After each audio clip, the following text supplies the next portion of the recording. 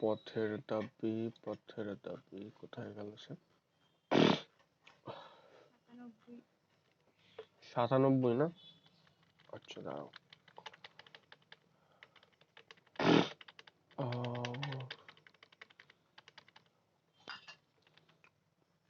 হ্যাচ্চ হওয়া কি করোনার লক্ষণ? বড়সড় লক্ষণ, বুঝতে পারছি না।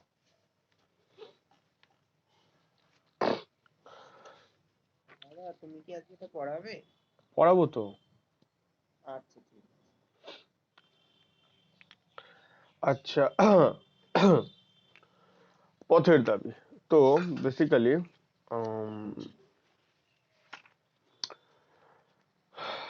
আগের দিনই বলেছিলাম যে পথের দাবি পড়াতে গেলে একটু আগের গল্প বলতে হবে, নাহলে ঠিক বোঝা যাবে না। তো পথের দাবি উপন্যাসটা লিখেছিলেন শরৎচন্দ্র চট্টোপাধ্যায়। আমরা শরৎচন্দ্র চট্টোপাধ্যায় সম্পর্কে কিছু জানি, যা জানি একটু বলতে পারবো কি?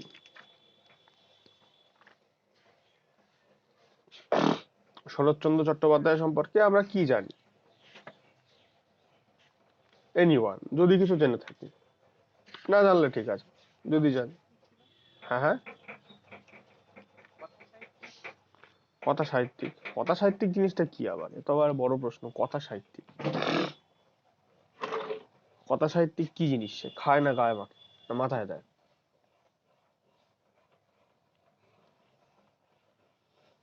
কথা সাহিত্য কি জিনিস, এটা একটা বড় প্রশ্ন। যাই হোক, সে বিতর্কে গিয়ে লাভ নেই। তুমি আমাকে বলো আমরা শরৎচন্দ্র চট্টোপাধ্যায় সম্পর্কে কিছু জানি কিনা।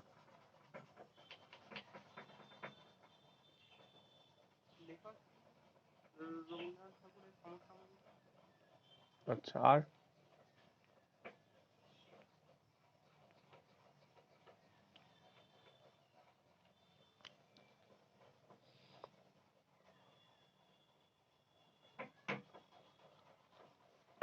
আচ্ছা, হয়তো আমরা শরৎচন্দ্র চট্টোপাধ্যায় সম্পর্কে অতটা জানি না, ঠিক আছে, সে আমি পরে এক ক্লাসে শরৎচন্দ্র নিয়ে বিস্তারিত আলোচনা করব।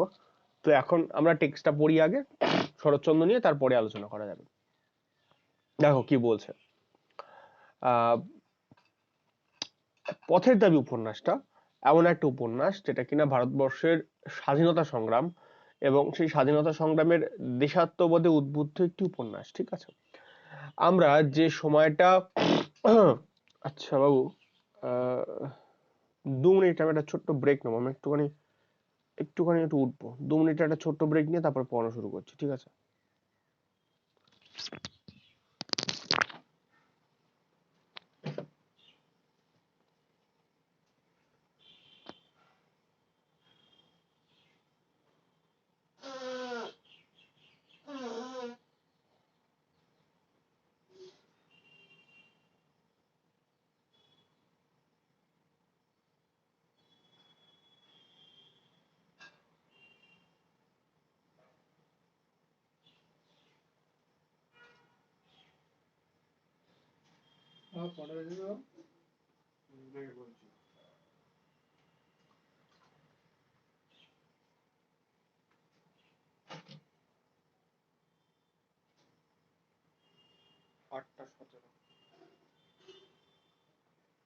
যাবো কটা বাড়ি থেকে? 10টায়? পরে উঠে খেয়ে বেরিয়ে যাবো। আচ্ছা, কটা টাইম? আমি বাজার যাবো দেখতে পারি। কটা টাইম বলতে পারছি না, বৃষ্টি না পড়লে আমি বেরিয়ে যাবো। 9:30 হতে পারে, 10টা হতে পারে।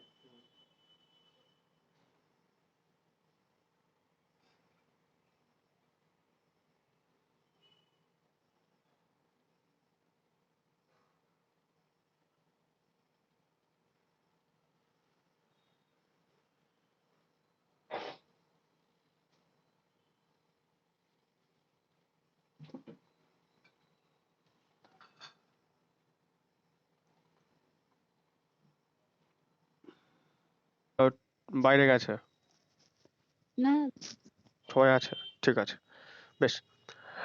আহ পথের দাবি উপন্যাসটা ভারতবর্ষের স্বাধীনতা সংগ্রাম সম্পর্কিত এবং স্বাধীনতা সংগ্রামে উদ্বুদ্ধকারী একটি উপন্যাস।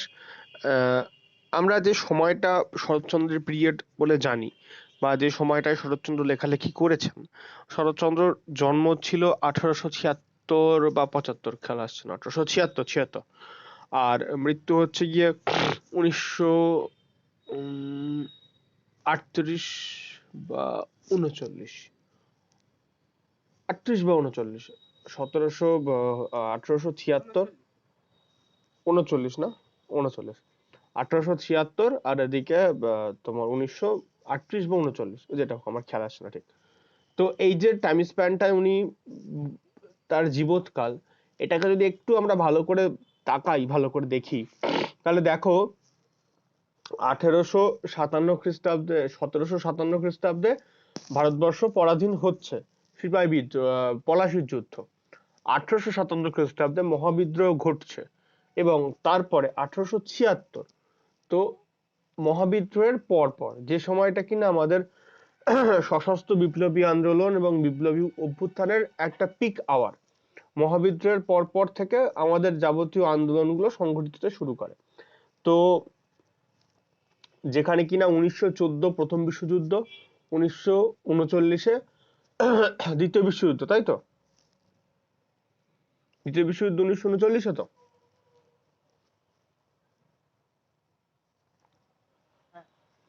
তো এই যে যাবতীয় ঘটনা, যে ঘটনাগুলো জনমানসে প্রভাব ফেলে, যুদ্ধ, দাঙ্গা, বিদ্রোহ, আক্রমণ, প্রতি আক্রমণ, এই যে যাবতীয় বিষয়গুলো যা কিনা জনমানসে প্রভাব ফেলে, সেই বিষয়গুলো কিন্তু শরৎচন্দ্র তার জীবনে, তার জীবদ্দশায় খুব সামনে থেকে বা খুব কাছ থেকে দেখেছেন। এইবারে তো এই খুব কাছ থেকে দেখার জন্য তার যে উপন্যাসের চরিত্রগুলো, তার যে লেখনীর বিষয়গুলো, সেগুলো কিন্তু কোথাও গিয়ে এই ঘটনাগুলোর প্রভাবিত হয়ে পড়েছে, এবং সেটা হওয়াটা খুব স্বাভাবিক। তো আমাদের যে পথের দাবি উপন্যাস, সেই উপন্যাসে এটা একটা বেসিক্যালি মানে রাজনৈতিক কর্মকাণ্ড সম্পর্কিত রাজনৈতিক উপন্যাস বলা চলে। তো যেখানে সেকালের বিপ্লবীদের অনুপ্রেরণা দেওয়ার জন্য এই উপন্যাসটা লেখা হয়েছিল। সেকালে বিপ্লবীদের জাতীয়তাবাদী আদর্শে ভাবধারায় উদ্বুদ্ধ যে সমস্ত বিপ্লবী, তাদেরকে আরো অনুপ্রেরণা দেওয়ার জন্য, তাদের মনে আরো সাহস জোগানোর জন্য এই জাতীয় উপন্যাসগুলির লেখা হয়েছিল। শুধুমাত্র শরৎচন্দ্র লেখেননি, আরো অনেকে লিখেছিলেন। এবং যেহেতু শরৎচন্দ্রের লেখক সত্তার পাশাপাশি আরেকটা পরিচয় ছিল, তিনি কিনা আহ ভারতের জাতীয় কংগ্রেসের সদস্য ছিলেন, এবং তিনি হাওড়ার কিছুদিন কংগ্রেসের মানে কার্যনির্বাহী সমিতির সদস্যও ছিলেন। তো সেই জায়গায় দাঁড়িয়ে শরৎচন্দ্রের মধ্যে জাতীয়তাবাদী দেশাত্মবোধক ভাবধারা যে প্রবলভাবে থাকবে, এবং তিনি যে এই বিষয়গুলোকে খুব কাছ থেকে দেখবেন এবং খুব গভীরভাবে নেবেন, এটা খুব সাধারণ বিষয়। তো সেই সাধারণ বিষয় থেকে ব্যাপারটা উঠে আসছে। এবার এই পথের দাবি উপন্যাসটার দিকে যদি আমরা দেখি, তাহলে দেখবো কিনা এই উপন্যাসের যে বেসিক চরিত্রগুলো, সেই চরিত্রগুলোর মধ্যে একটা চরিত্র হচ্ছে সব্যসাচী মল্লিক, যিনি কিনা এই দেশের স্বাধীনতা সংগ্রামের জন্য নিজেকে নিয়োজিত করেছেন। তো এই সব্যসাচী মল্লিকের সঙ্গে আমাদের আহ কি বলবো, অন্যান্য যে চরিত্র অপূর্ব বা রামদাস তলোয়ারকর, এদের যে যাবতীয় টানাপোড়েন, এই সমস্ত বিষয়গুলো নিয়ে আমাদের উপন্যাসটা এগিয়েছে। তো সেই উপন্যাসের মধ্যে গিয়ে অত গিয়ে লাভ নেই। শুধু একটা জিনিস আমাদের মনে রাখতে হবে, যে এই যে পথের দাবি নামকরণটা, সেটা এসছে কোত্থেকে। এই পথের দাবি নামকরণটা এসছে আমাদের এই উপন্যাসে সব্যসাচী মল্লিকদের একটা সংগঠন ছিল, যার নাম কিনা ছিল পথের দাবি।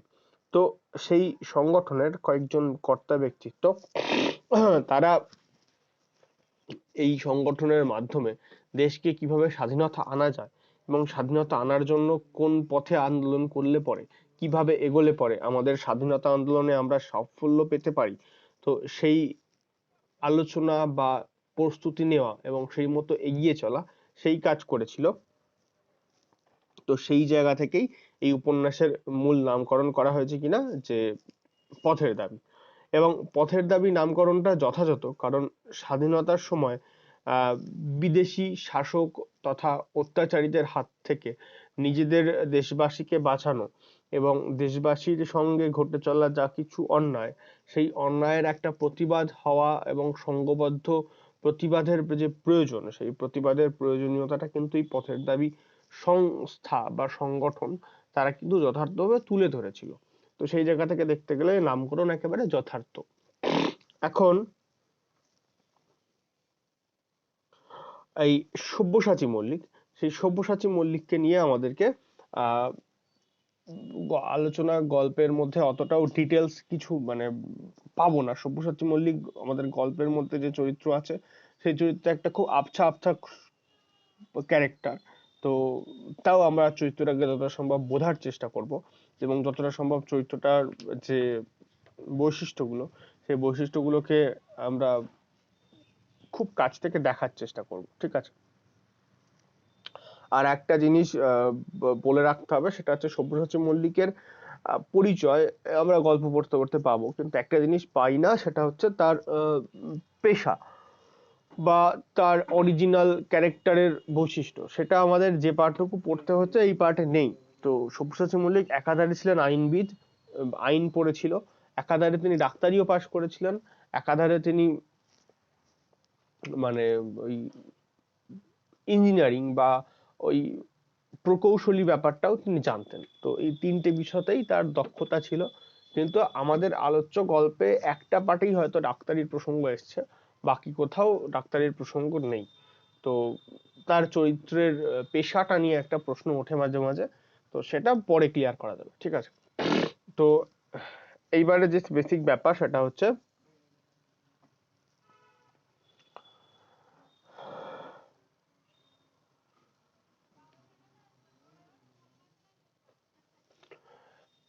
যে গল্পের চরিত্রটা আমরা বা যে ঘটনাবলী আমরা দেখব সেটা গল্প পড়ার পরে বুঝতে পারতাম, আমি আগে থেকে বলে দিচ্ছি। সেটা হচ্ছে আমাদের অপূর্ব বলে যে চরিত্রটা, সেই চরিত্রটা এসছে কিনা চাকরি করতে, ঠিক আছে? সে চাকরি করতে রেঙ্গুনে এসেছে এবং সে রেঙ্গুনে এসে তার পরিচয় হয়েছে একটি মারাঠি যুবকের সঙ্গে যার নাম কিনা রামদাস তলোয়ারকর। এবার এই রেঙ্গুনে অপূর্ব আসার পরে তার যে থাকার ঘর, সেই বাড়ি, সেই বাড়িতে চুরি হয়ে গেছে। এবার টাকা কড়ি ছাড়া বাকি জিনিসপত্র চুরি হয়ে যেতে যেতে যায়নি, কারণ সেই তার বাড়ির উপরের তলায় একজন খ্রিস্টান ভদ্রলোক তার মেয়েকে নিয়ে থাকতো এবং ওই খ্রিস্টান মেয়েটি মানে দৌলতে বা খ্রিস্টান মেয়েটির কোনো একটা মানে উদ্যোগে চোরকে ধরা গেছিল বা চোর চুরি করতে সমর্থ হয়নি। বলা চলে যে খ্রিস্টান মেয়েটি তার জিনিসপত্র চুরি যাওয়ার হাত থেকে তাকে রক্ষা করেছিল বা জিনিসপত্রগুলোকে চুরি যাওয়ার হাত থেকে রক্ষা করেছিল। এমত অবস্থায় অপূর্ব এসেছে পুলিশ স্টেশনে কমপ্লেন করতে বা অভিযোগ জানাতে। সেখান থেকে গল্পের শুরু হচ্ছে আমাদের। দেখা যাক কি বলছে। পুলিশ স্টেশনে প্রবেশ করিয়া দেখা গেল সম্মুখের হল ঘরে জন ছয়েক বাঙালি মোট ঘাট লইয়া বসিয়া আছেন।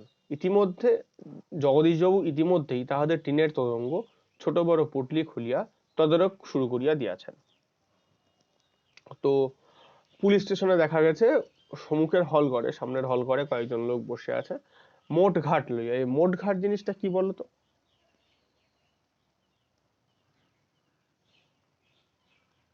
মোট মোট ঘাট কি জিনিস?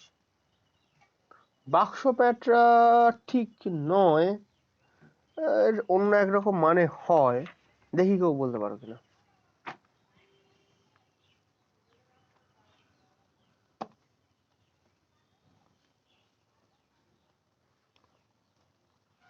মোট ঘাট মানে কি কেউ বলতে পারো?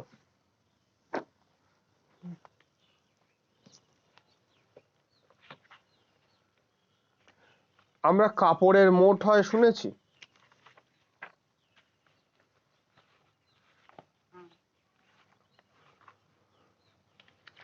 মোট ঘাট জিনিসটা হচ্ছে এইরকম যে আমরা ধরো কিছু জিনিসপত্র আমাদের প্যাকিং করতে হবে, এবার পুরো জিনিসপত্রটা প্যাকিং করে একটা শক্ত কাপড়ের মধ্যে পুরো জিনিসটাকে ভরে নিলাম।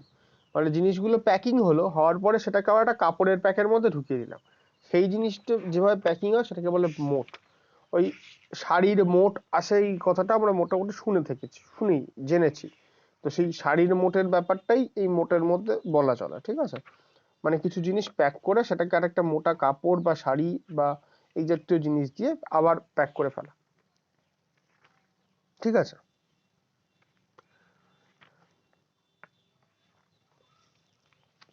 তো সেখানে জন ছয়েক বাঙালি মোটঘাট নিয়ে বসে আছে। জগদীশবাবু তাদের টিনের তোরঙ্গ ছোট বড় পুডলি খুলিয়া তদারক শুরু করে দিয়েছেন, তাদের জিনিসপত্র চেক করা হচ্ছে। শুধু যে লোকটির প্রতি তার অত্যন্ত সন্দেহ হইয়াছে যে তাহাকে একটা ঘরে আটকাইয়া রাখা হইয়াছে, ইহারা সকলেই উত্তর ব্রহ্মে বর্মা অয়েল কোম্পানির তেলের খনির কারখানায় মিস্ত্রির কাজ করিতেছিল। সেখানের জল হাওয়ার সহ্য না হয় চাকরির উদ্দেশ্যে রেঙ্গুনে চলিয়া আসিয়াছে। ইহাদের নাম ধাম বিবরণ লইয়া সঙ্গের জিনিসপত্র পরীক্ষা করিয়া ছাড়িয়ে দেওয়া হইল। অর্থাৎ এই যে লোকগুলোকে ধরা হয়েছে, কেন ধরা হয়েছে, এই এখানে একটা প্রশ্ন আছে, সেটা একটু বলে দিই। সেটা হচ্ছে সব্যসাচী মল্লিক, আমরা যার কথা বলছি, তিনি বিপ্লবী। তাকে ধরার জন্য ইংরেজ পুলিশ তাকে ধরতে চাইছে, তাকে ধরে তাকে শাস্তি দেবে, দেশদ্রোহ আইনে মামলা হবে, ইত্যাদি যাবতীয় বিষয় হবে বলে পুলিশ সব্যসাচী মল্লিককে ধরতে চাইছে। এবার সব্যসাচী মল্লিক, যে কিনা পলিটিক্যাল সাসপেক্ট, রাজনৈতিক সন্দেহভাজন, তাকে ধরার চেষ্টা করছে এবং খবর আছে যে তিনি রেঙ্গুনে পালিয়ে এসেছেন। সেই জন্য পরে রেঙ্গুনে থেকে লোকজনকে তুলে ধরে আনা হচ্ছে, যাদের কিনা এই সাসপেক্টের মধ্যে ফেলা যায় বা যাদের থেকে সন্দেহ হয়। এইবারে সব্যসাচী মল্লিক কিন্তু ছদ্মবেশ ধারণ করে আছেন এবং তাকে ধরা যাচ্ছে না। দেখা যাক কি হয় তারপরে। তো উত্তর ব্রহ্মে বর্মা অয়েল কোম্পানির তেলের কারখানায় যারা মিস্ত্রির কাজ করছিল, তাদের সেখানে জল হাওয়া সহ্য না হয়, তারা রেঙ্গুনের দিকে সরে এসছে। কেন? সেখানে তারা নতুন চাকরি খুঁজতে চায়, সেই উদ্দেশ্যে তারা এসছে বলে তাদের টিনের তোরঙ্গ আর ছোট বড় পুটুলি নিয়ে তারা এসছে। ভালো কথা। এরপরে তাদের নামধাম নিয়ে পরীক্ষা করে ছেড়ে দেওয়া হলো। এবার পলিটিক্যাল সাসপেক্ট সব্যসাচী মল্লিককে নিমাইবাবুর সম্মুখে হাজির করা হলো। এবার একজন লোককে হাজির করা হলো যাকে কিনা পলিটিক্যাল সাসপেক্ট সব্যসাচী মল্লিক বলে মনে করা হচ্ছে। নিমাইবাবুও পুলিশের লোক, জগদীশবাবুও পুলিশের লোক। লোকটি কাশিতে কাশিতে আসিল। লোকটা কাশতে কাশতে এলো। অত্যন্ত ফর্সা রং, রৌদ্রে পুড়িয়া যেন তামাটে হইয়াছে। বয়স 30-এর অধিক নয়, কিন্তু ভারী রোগা দেখাইল। এইটুকু কাশির পরিশ্রমে সে হাঁপাত লাগাইল। দেখো, এই যে সব্যসাচী মল্লিকের বিবরণ এখানে দেওয়া হয়েছে না, লোকটা কাশিতে কাশতে আসলো, ফর্সা, 30-32-এর বয়স বেশি না, ভারী রোগা দেখাইলো, কিন্তু এই কাশির পরিশ্রমেই সে হাঁপাতে লাগিল। এই কাশিটা কিন্তু আসলে তার ছল ছিল। কেন ছল ছিল? একটা মানুষ যদি কাশে তাহলে তার অরিজিনাল অ্যাটিটিউড আমরা কখনো বুঝতে পারবো না। একটা মানুষ যদি কাশতে থাকে তাহলে মানে কাশির মানে কি, দম দম নিতে একটু সমস্যা হওয়া, এবং সেই কাজটা যদি হতে থাকে এবং সে যদি চেষ্টা করে তাহলে সে কিন্তু সেই সময় হাঁপিয়েও যেতে পারে। মানে কাশতে কাশতে হাঁপিয়ে যাওয়াটা কিন্তু একটা মানুষের হাতে থাকে, মানে সেটা নিজে নিজে চেষ্টা করলে করতে পারা যায়। তো সেই জায়গায় দাঁড়িয়ে বলছে লোকটা কাশতে লাগলো, কাশতে কাশতে আসলো কেন? কারণ যাতে তাকে ধরতে না পারে, সে গা ঢাকা দিতে চাইছে, তাই কাশতে কাশতে আসলো যেন তাকে আরো বেশি রুগ্ন মনে হয়। এমনিতেই গায়ে একটু রোগা, তারপরে রুগ্ন মনে হয়। সহসা আশঙ্কা হয় সংসারের মেয়াদ বোধ করি বেশি দিন নাই। ভিতরে কি একটা দুরারোগ্য রোগে সমস্ত দেহটা দ্রুতবেগে ক্ষয়ের দিকে ছুটিয়াছে। এই লাইনটার একটা ব্যাপক মানে আছে। এই যে সহসা আশঙ্কা হয়, মেয়াদ বোধ করি বেশি দিন নাই, ভিতরের কি একটা দুরারোগ্য রোগে সেই সমস্ত দেহটা দ্রুতবেগে ক্ষয়ের দিকে ছুটিয়াছে। কেবল আশ্চর্য সেই রোগামুখের অদ্ভুত দুটি চোখের দৃষ্টি। সে চোখ কি ছোট কি বড়, টানা কি গোল, দীপ্ত কি প্রবাহীন, এ সকল বিষয়ে দিতে যাওয়াই বৃথা। অত্যন্ত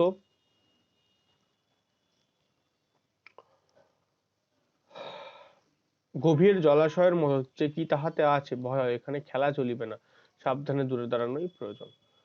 ভীষণ গুরুত্বপূর্ণ লাইন। দেখো, সহসা আশঙ্কা হয় সংসারের মেয়াদ বোধ করি বেশি দিন নাই।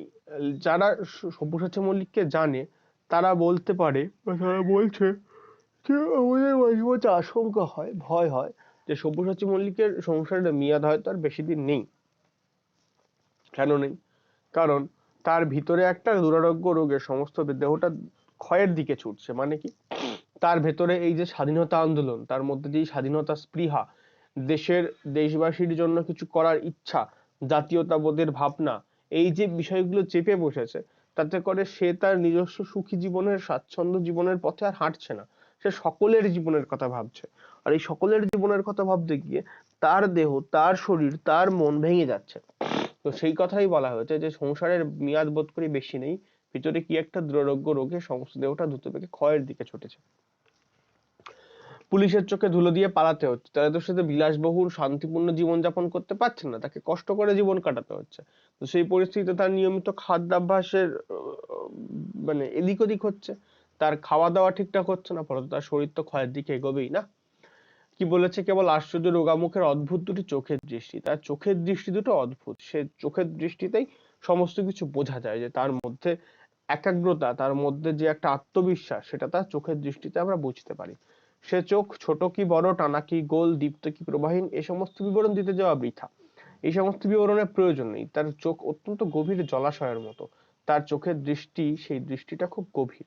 ভয় হয় এই দৃষ্টির সঙ্গে খেলা চলিবে না। অর্থাৎ তার চোখের চাহনির যে দৃষ্টি, সেই দৃষ্টিটা একটা ভয়ঙ্কর কঠিন দৃষ্টি, এবং সেই দৃষ্টির সঙ্গে খেলা চলবে না। মনে হয় দূরের সাধারণই প্রয়োজন, কারণ ইহার কোন অতলে তাহার ক্ষীণ প্রাণ শক্তি লুকানো আছে, মৃত্যু সেখানে প্রবেশ করতে পারে না। অর্থাৎ তার যে দৃষ্টি, সেই দৃষ্টির তল পাওয়া মুশকিল, এবং কোন অতলে এই দৃষ্টির মধ্যেই যে প্রাণ শক্তি লুকিয়ে রাখা আছে সেটা বোঝা যাবে না, ফলত মৃত্যু সেখানে প্রবেশ করতে পারবে না।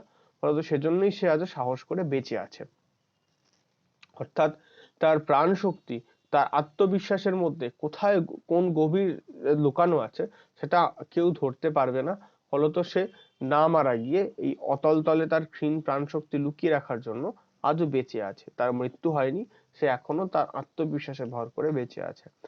অপূর্ব মুগ্ধ হইয়া সেদিকে চাহিয়াছিল। সহসা নিমাইবাবু তাহার বেশভূষার বাহার ও পারিপাট্যের প্রতি অপূর্ব দৃষ্টি আকৃষ্ট করিয়া সহাস্যে কহিলেন, বাবুটির স্বাস্থ্য গেছে, কিন্তু শখ 16 আনাই বজায় আছে, তা স্বীকার করতে হবে। কি বল অপূর্ব? তো অপূর্ব মুগ্ধ হইয়া সেদিকে চাহিয়াছিল। নিমাইবাবু তার বেশভূষার বাহার আর পরিপাট্যের দিকে অপূর্ব দৃষ্টি আকর্ষণ করিয়া বলিলেন, বাবুটির স্বাস্থ্য গেছে, কিন্তু শখ 16 আনাই বজায় আছে, স্বীকার করতে হবে। এটা ভীষণ ক্রুশিয়াল একটা লাইন। এই লাইন থেকে বারবার প্রশ্ন আসে। এবারে যেহেতু মাধ্যমিক হয়নি, পরের বারে তোমাদের এই লাইন থেকে প্রশ্ন আসার চান্স মোর দ্যান 80%। এই লাইন থেকে প্রত্যেক বছরই প্রশ্ন করে। কি এই বাবুটির মানে এই গল্পটা থেকে এই লাইনটা ভীষণ ভীষণ ভীষণ এক্সামিনারের পছন্দের। কেন পছন্দের হয় সেটার কারণ আছে, কিন্তু এই লাইনটা খুবই পছন্দের। এই বাবুটির স্বাস্থ্য গেছে কিন্তু শখ 16 আনাই আছে, স্বীকার করতে হবে। এই হয় বলবে কে বলেছিল, অথবা বলবে কেন বলেছিল। তো এই জাতীয় নানা রকম প্রশ্ন কিন্তু এই লাইনটা থেকে হয়ে থাকে। বাবুটির স্বাস্থ্য গেছে কিন্তু শখ 16 আনাই বজায় আছে। কে বলেছে? পুলিশ অফিসার নিমাইবাবু বলেছে গিরিশ মহাপাত্রের শখ সম্পর্কে। কাকে উদ্দেশ্য করে বলেছে? অপূর্বকে উদ্দেশ্য করে বলেছে। কি বলো অপূর্ব? অপূর্বকে উদ্দেশ্য করে এই বাক্যটি কওয়া হয়েছে। এই যে বলেছে না, অপূর্বর প্রতি দৃষ্টিটা আকর্ষণ করিয়া সহাস্যে কহিলেন, কি বলো অপূর্ব, অর্থাৎ এই লাইনটা বলা হয়েছে অপূর্বকে উদ্দেশ্য করে। তো এইবার প্রশ্ন হচ্ছে, কেন এই বাবুটির স্বাস্থ্য গেছে কিন্তু শখ 16 আনা বজায় আছে? কি শখ বজায় আছে, বা এই কথার বলার কারণ কি, সেইবার আমরা দেখব। কি দেখো বলছে, অপূর্ব তাহার পরিচ্ছদের প্রতি দৃষ্টিপাত করিয়া মুখ ফিরিয়া হাসি গোপন করিল। তাহার মাথার সম্মুখ দিকে বড় বড় চুল, কিন্তু ঘাড় ও কানের দিকে নাই বললেই চলবে। অর্থাৎ সামনে চুল আছে কিন্তু ঘাড় আর কানের দিকে চুল নেই, এমনি ছোট করিয়া ছাটা। মাথায় চেরা সিঁথি, অপর্যাপ্ত তৈল নিষিক্ত, কঠিন রুগ্ন কেশ হইতে নিদারুণ লেবুর তেলের গন্ধে ঘর ভরিয়া উঠিয়াছে। গায়ে জাপানি সিল্কের রামধনু রঙের চুড়িদার পাঞ্জাবি, তাহার বুক পকেট হইতে বাঘ আঁকা একটা রুমালের কিয়দ অংশ দেখা যাইতেছে। উত্তরীয়ের কোনো বালাই নেই। পরনে বিলাতি মিলের কালো মখমল পাড়ের সূক্ষ্ম শাড়ি, পায়ে সবুজ রঙের ফুল মোজা, হাঁটুর উপরে লাল ফিতা দিয়ে বাঁধা, বার্নিশ করা পাম্পশু, তলাটা মজবুত, টিকসই করিতে আগা করা লোহার নাল বাঁধানো, হাতে এক গাছি হরিণের শিঙের হাতল দেওয়া বেতের ছড়ি। কয়দিনের জাহাজের ধকলে এই সমস্তই নোংরা হইয়া উঠিয়াছে। ইহার আপাদমস্তক আবার অপূর্ব বারবার নিরীক্ষণ করিয়া কহিল, কাকাবাবু, এ লোকটিকে আপনি কোনো কথা জিজ্ঞাসা না করে ছেড়ে দিন। যাকে খুঁজছেন সে এ নয়, আর তার আমি জামিন হতে পারি। তো কেন শখ 16 আনা আছে? দেখো তার বেশভূষার মধ্যে কিন্তু একটা ব্যাপার আছে। কিরকম ব্যাপার? তার মাথার সামনের দিকে চুল বড় বড়, কিন্তু আবার ঘাড়ের দিকে কানের দিকে চুল ছোট করে ছাঁটা। গায়ে সিল্কের রামধনু রঙের চুড়িদার পাঞ্জাবি। আচ্ছা, বুক পকেটে একটা বাঘ আঁকা রুমাল, গায়ে কোনো উত্তরীয় নেই। আচ্ছা, পরনে বিলাতি মিলের কালো মখমল পাড়ের সূক্ষ্ম শাড়ি। আচ্ছা, পায়ে আবার সবুজ রঙের ফুল মোজা, হাঁটুর উপরে লাল ফিতে দিয়ে মোজাটা আবার বাঁধা আছে। আর কি? আর বলেছে বার্নিশ করা পাম্প শু, তার তলাটা মজবুত ও টিকসই করতে আগাগোড়া লোহার নাল বাঁধানো, হাতে এক গাছি হরিণের শিঙের হাতল দেওয়া বেতের ছড়ি। আচ্ছা, গেল। তারপরে কি বলেছে? তারপরে বলছে জাহাজের কয়েকদিনের ধকলে প্রায় সবই নোংরা হয়ে গেছে। আপাদমস্তক বারবার নিরীক্ষণ করিয়া অপূর্ব বলল যে এই লোকটি আর যাই হোক ওই আমাদের হতে পারে না, সব্যসাচী মল্লিক হতে পারে না। তো আপনি একে ছেড়ে দিন। তার জামিন অর্থাৎ তার জন্য আমি এটা আপনাকে জোর দিয়ে বলতে পারি, ঠিক আছে? তো সেই কথা অপূর্ব বলল। চুপ করে রইলেন। অপূর্ব কইল, আর যাই হোক, যাকে খুঁজছেন তার কালচারের কথাটা একবার ভেবে দেখুন। তো এই যে এই কথাটা, যাকে খুঁজছেন তার কালচারের কথাটা ভেবে দেখুন। অর্থাৎ যে অপূর্ব এটাই বলতে চাইলো যে গ্রীষ্ম মহাপাত্রকে আপনি খুঁজছেন, যে কিনা বিপ্লবী, তার স্ট্যান্ডার্ড এইরকম আশা করা যায় হবে না, তার স্ট্যান্ডার্ড অন্যরকম হবে। তো এই জায়গাতেই আমাদের অপূর্ব নিমাইবাবুকে বলছেন যে আপনি যাকে খুঁজছেন সে এই ব্যক্তি হওয়াটা সম্ভব না, কারণ যে ব্যক্তিকে আপনি খুঁজছেন তার কালচার এই ব্যক্তির কালচারের থেকে অনেক বেশি উন্নত মানের। মানে তার রুচি, তার আচার বিচার, তার কথা বলার ধরন, তার সাজ পোশাক হয়তো আরো একটু বেশি স্ট্যান্ডার্ড লেভেলের হবে। এই লোকটা এমন একেবারে কেমন একটা গোছের, কিন্তু এই লোক যে ছদ্মবেশ ধারণ করে আছে সেটা তো বোঝা মুশকিল হয়েও গেছে এদের জন্য। এরা তো বুঝতে পারেনি যে এই লোক আসল লোক নয়, ছদ্মবেশ ধারণ করে আছে। নিমাইবাবু হাসিয়া ঘাড় নাড়িলেন, কইলেন তোমার নাম কি? আগে গিরিশ মহাপাত্র। তো নিমাইবাবু ওই লোককে জিজ্ঞাসা করলেন তোমার নাম কি? বললো গিরিশ মহাপাত্র। তো একদম মহাপাত্র, তুমিও তেলের খনিতেই কাজ করছিলে? না, এখানে রেঙ্গুনেই থাকিবে, তোমার বাক্স বিছানা তো খানা তল্লাশি হয়ে গেছে, দেখি তোমার ট্যাঁকি আর পকেটে কি আছে। তো তার খানা তল্লাশি কমপ্লিট, এবার ট্যাঁকি আর পকেট থেকে কি পাওয়া যায় দেখা যাক। তার ট্যাঁক হইতে একটি টাকা ও গন্ডা ছয়েক পয়সা বাহির হইল। আচ্ছা, এই ট্যাঁক জিনিসটা কি বলতো? ট্যাঁক জিনিসটা কি?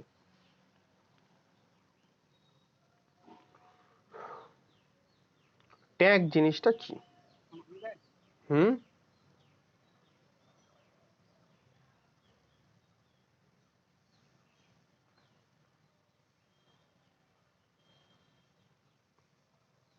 মানি ব্যাগ। Money bag? না, মানি ব্যাগ না। সেই সময় মানি ব্যাগ ছিল পাগল? না, আমার একটু বলেছে পকেট। না, পকেট পাশে আছে, দেখ।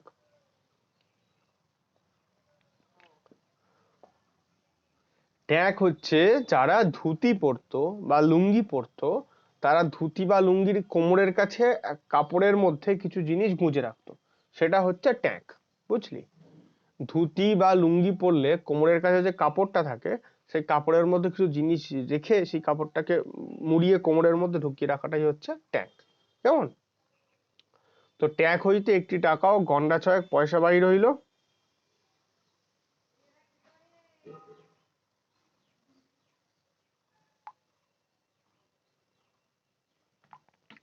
আর পকেট থেকে বেরোলো কি একটা লোহার কম্পাস, মাপ করিবার কাঠের একটা ফুট রুল মানে স্কেল।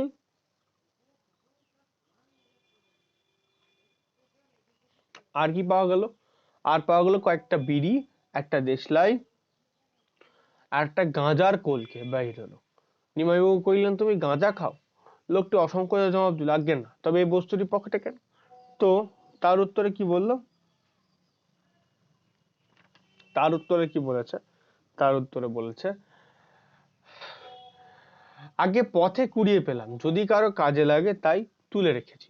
জগদীশ বাবু এই সময় কইলেন, ঘরে ঢুকিতে ঢুকিতে নিমাইবাবু হাসিয়া কইলেন দেখো জগদীশ কিন্তু সদাশয় ব্যক্তি নেই, কারো কাজে যদি লাগে তাই গাঁজার কলকেটি কুড়িয়ে পকেটে রেখেছেন।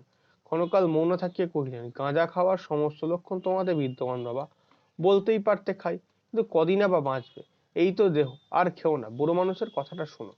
মহাপাত্র মাথা নাড়িয়ে অস্বীকার করে বলল, আজ্ঞে না, মায়েরই খাই না, তবে ইয়ার বন্ধুকেও তৈরি করে দিতে বললে দিই, এই মাত্র, নইলে নিজে খাই না। জগদীশবাবু চাটিয়া উঠিয়া কইলেন, দয়ার সাগর, পরকে সে যদি নিজে খাই না, মিথ্যাবাদী কথা আবার। অপূর্ব কইল, বেলা হয়ে গেল, আমি এখন চললাম তবে কাকাবাবু। বিনয়বাবু উঠিয়া দাঁড়াইয়া বলিলেন, আচ্ছা তুমি এখন যেতে পারো মহাপাত্র। কি বলতো জগদীশ, পারে তো? জগদীশ সম্মতি জানাইতে কহিলেন, কিন্তু নিশ্চয়ই, কিন্তু কিছু বলা যায় না ভাই, আমার মনে হয় এ শহরে আরো কিছুদিন নজর রাখা দরকার। রাতে মেল ট্রেনটার প্রতি দৃষ্টি রেখো, সে যে বর্মা এসেছে খবর সত্য। জগদীশবাবু কহিলেন, তা হতে পারে, তবে এই জানোয়ারটাকে ওয়াচ করার দরকার নেই বড় বাবু। তো নিমাই বাবু হচ্ছে গিয়ে আমাদের থানার বড় বাবু, যেটা আমরা বুঝলাম, কারণ জগদীশবাবু বলছে যে এই লোকটাকে আর ওয়াচ করার দরকার নেই। বড়বাবু, তার মানে বড়বাবুটা নিশ্চয়ই আমাদের নিমাই বাবু। তো নেবুর গতেনের গন্ধে বেটা থানা শুদ্ধ শ্লোকের মাছ ধরিয়ে দিল। বড়বাবু হাসিতে হাসিতে লাগিলেন। অপূর্ব পুলিশ স্টেশন হইতে বাহির আসিল, প্রায় তাহার সঙ্গেই মহাপাত্র, তার ভাঙা টিনের তোরঙ্গ, চাটাই জড়ানো ময়লা বিছানার বান্ডিল বগলে চাপিয়া পন্থর ফাঁদে উত্তর দিকে রাস্তা ধরিয়া সোজা প্রস্থান করিল। কি বলছে দেখা যাক ভালো করে। নিমাইবাবু চুপ করিয়া রইলেন। যাকে খুঁজছেন তাকে কালচারের কথাটা ভেবে দেখুন, অর্থাৎ যাকে খোঁজা হচ্ছে এই লোকটি সেই লোকটা যে হবে এটা আমাদের মনে হচ্ছে না, কারণ সেই লোকটার রুচি কালচার একটু অন্য রকমের হতে পারে। তো তার নাম কি? গিরিশ মহাপাত্র, অর্থাৎ এটা তার ছদ্মনাম। সে তেলের খনিতেই কাজ করছিল বলে ধরে নিলেন আমাদের জগদীশ বাবু, এবং রেঙ্গুনে থাকবে, বাক্স বিছানাতে খানা তল্লাশি হয়ে গেছে, এগুলো সমস্ত কিন্তু আমাদের জগদীশ বাবু বলছেন। জগদীশ বাবু না নিমাই বাবু? নিমাই বাবু। এগুলো সবকিছুই কিন্তু নিমাই বাবু বলছেন, এগুলো কোনোটাই কিন্তু গিরিশ মহাপাত্র বলেনি। নিমাই বাবুরই স্টেটমেন্ট এগুলো সব কটা, নিমাই বাবু এগুলো বলছেন। তারপরে তার ট্যাগ থেকে এই জিনিসগুলো পাওয়া গেল। তো এইটা নিয়ে একটা প্রশ্ন আসে যে গিরিশ মহাপাত্রের ট্যাগ থেকে কি পাওয়া গেছিল, ট্যাগ আর পকেট থেকে কি পাওয়া গেছিল? টাকা, গন্ডা ছয়েক পয়সা, একটা লোহার কম্পাস, মাপ করিবার ফুট রুল, এই সমস্ত জিনিসপত্র পাওয়া গেছিল। আর তারপরে তিনি গাঁজা খাও কিনা প্রশ্ন করলেন, না জবাব দিয়েছিল, কিন্তু কলকেটা পাওয়া গেলে কি উত্তর দিয়েছিল? সে উত্তর দিয়েছিল যে কিনা যে কুড়িয়ে পেয়েছে, পকেটে রেখেছে, কেউ যদি খেতে চায় তাহলে, কারো যদি কাজে লাগে তাই দেবে। তো আহ এইখানে আরেকটা কথা আছে, আহ কোথায় গেল?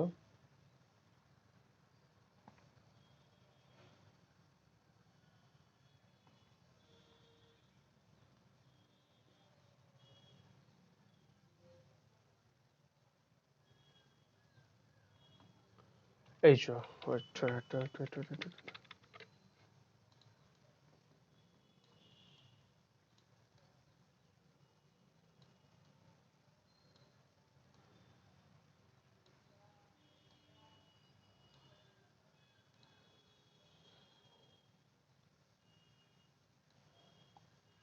এই যে লাইনটা, কিন্তু কদিনই বা বাঁচবে, এই তো তোমার দেও, আর খেও না, বুড়ো মানুষের কথাটা শোনো। এই প্রশ্নটা এইবারে টেস্ট পেপারে খুব ছিল, যে বুড়ো মানুষের কথাটা শোনো। এই বুড়ো মানুষের কথা বলতে কার কথা বলা হয়েছে?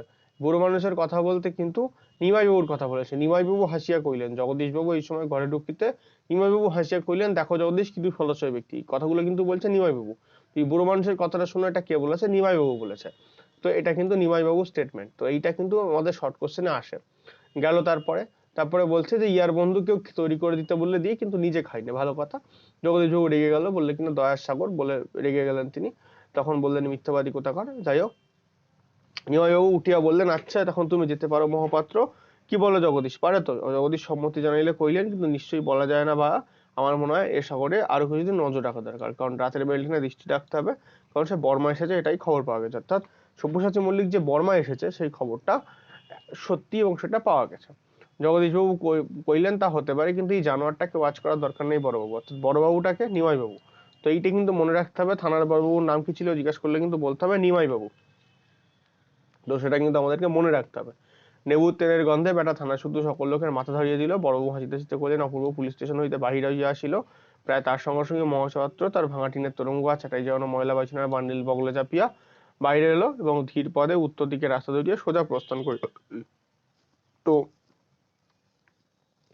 যে লোককে আমরা খুঁজছি সেই লোক থানায় এলো ছদ্মবেশ ধারণ করে, ছদ্মবেশের আড়ালে থেকে থানা থেকে বেরিয়েও গেল, কেউ তাকে ধরতেও পারলো না। অর্থাৎ তিনি প্রকৃত অর্থে যে ছদ্মবেশ ধারণ করেছিলেন সেটা সার্থক হয়েছে, কারণ তার ছদ্মবেশকেও ধরতে পারেনি। তো এই যে ধরতে না পারা, সেই ধরতে না পারা পুলিশের যেমন ব্যর্থতা, তেমনি আমাদের জগদীশ বাবু, নিমাই বাবুর ব্যর্থতা উল্টো দিকে সব্যসাচী মল্লিকের কিন্তু সাফল্যকে মণ্ডিত করছে। কারণ সব্যসাচী মল্লিক তার যে ছদ্মবেশ, সেই ছদ্মবেশ ধারণে একেবারে যথার্থ রূপ ধারণ করেছিলেন, সেই জন্য পরে তিনি এই থানা থেকে পালিয়ে যেতে পেরেছিলেন খুব সহজেই।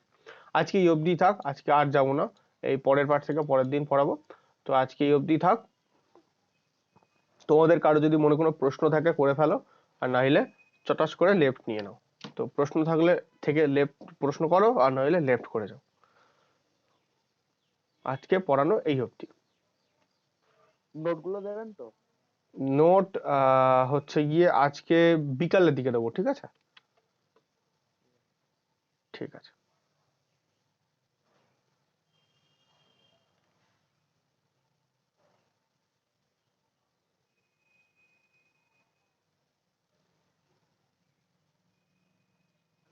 বলো। শরৎচন্দ্র সম্পর্কে জানতে চাইছিল কি জানো? বলছিলাম শরৎচন্দ্র সম্পর্কে তোমরা কে কি জানো, ঠিক আছে? ওই নিয়ে চাপ নেই, আমি শরৎচন্দ্র সম্পর্কে ডিটেলে একদিন পড়াবো। মানে নর্মাল টেক্সট গুলো পড়েই নি, তারপরে লেখক পরিচিতি সম্পর্কে আর ডিটেলে পড়াবো খুনে।